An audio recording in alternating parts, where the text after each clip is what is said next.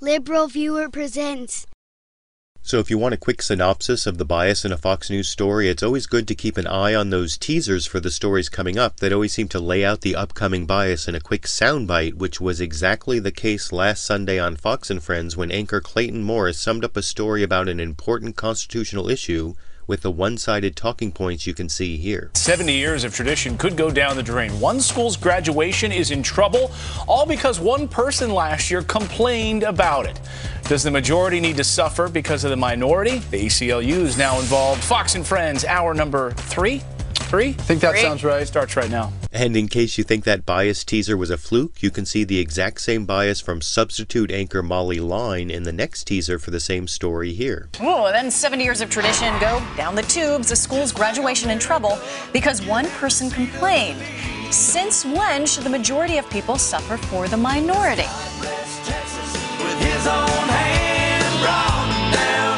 Now, anchor Molly Line's question there about why the majority should suffer for the sake of the minority could easily be answered by a quick reference to the way the U.S. Constitution and Bill of Rights specifically protects individuals from the tyranny of the majority, or better yet, Fox News could have quoted a Supreme Court opinion on the subject of religion at high school graduations, written by the court's swing vote Justice Anthony Kennedy, who said, quote, "While in some societies the wishes of the majority might prevail, the Establishment Clause of the First Amendment is addressed to this contingency and rejects the balance urged upon us.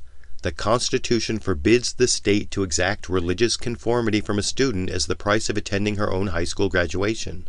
This is the calculus the Constitution commands." Unquote. Yet despite repeatedly raising the minority versus majority issue in the teasers, Fox News never explained what the Constitution commands, and in fact never even mentioned the U.S. Constitution, the First Amendment, or the Establishment Clause anywhere in the subsequent story that began with this clip. Christian Cross is causing controversy once again. For 70 years, Neptune High School seniors have walked down the aisle of the Great Auditorium, as it's called, but this year, maybe a different story on graduation. The ACLU is asking the school to cover up the auditorium's religious sign or face legal action. Now, in addition to the obvious spin there, that last part about facing legal action isn't really accurate because despite the title Fox News put on the video, there's no ACLU lawsuit in this case. But that didn't stop Fox News from bringing on a local parent opposed to the ACLU, not only to ostensibly explain the ACLU's motivations, but also to falsely claim a complaint had already been filed in the case here. Joining us now is Megan McCluskey, whose son Alex is set to graduate from the school in June. Megan, nice to see you this morning. Hi, good morning. So what happened here? Why suddenly, after 70 years, 8 presidents have been in this hall? There's so much history in this hall. Why suddenly is the ACLU stepping in and asking people to cover this up? Last year after graduation, someone's grandmother took offense at the fact that there was a cross in the auditorium. And from what I understand, it was after last year's graduation that she went to the ACLU and a complaint was filed. Now, again, there's been no complaint filed in this case and no lawsuit despite the title of the video uploaded to the Fox News website. And after spreading that misinformation about the case, Fox News anchor Clayton Morris returned to the talking point about the unfairness of respecting the rights of the minority, again without ever mentioning the U.S. Constitution, the First Amendment, or the Establishment Clause, as you can see in this clip. So one person could end up Yes. ruining this all. What was your reaction when you heard about that your son may not graduate here? I was absolutely furious. We've lived in Ocean Grove for 20 years. He's grown up there. His friends have graduated from the auditorium. It's a beautiful building, and the fact that one person can destroy this tradition makes me livid. So you're angry because of the history in this building? Yes. And that he won't have the same chance to sit where other presidents have sat. Presidents of the United States, by the way. Yes. And after that softball questioning of a parent opposed to the ACLU position, the closest Fox News came to presenting the ACLU argument was in a highly edited excerpt from an ACLU statement leaving out important facts that you can see in this clip. Let me read you the ACLU statement about all of this and get your reaction. I don't believe you've heard it yet. Here's what they say. The reports that we are currently trying to preclude Neptune from holding its graduation ceremony at the Great Auditorium are false.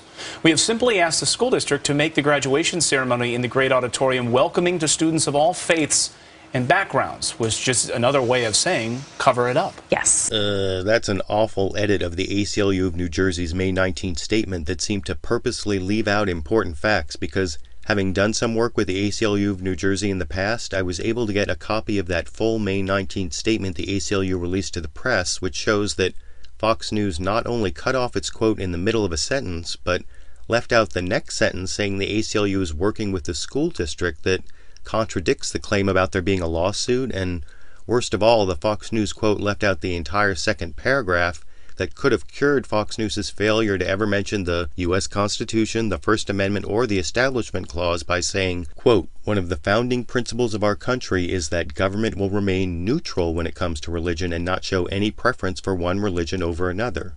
This is a cornerstone of the First Amendment and the principle that allows for many religions to flourish in our great country," unquote.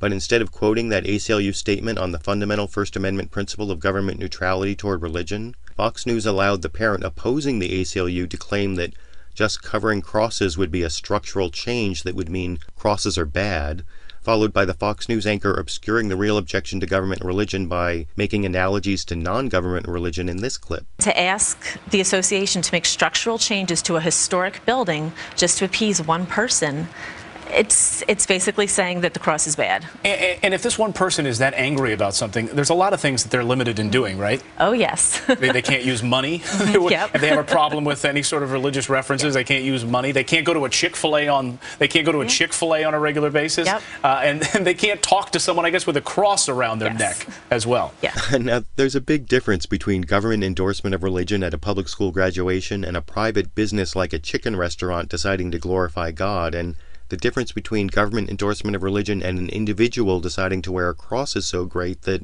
the ACLU would actually support the religious rights of a cross wearer, as another ACLU affiliate actually did several years ago, but none of those subtleties made it into the Fox News story, which I think was more about hyping a supposed violation of majority rights than informing viewers of the important constitutional principles involved. But I want to know what you think. Did leaving out and even editing out any mention of the First Amendment and the constitutional principle of government neutrality toward religion in that Fox News story make the story more propaganda than news?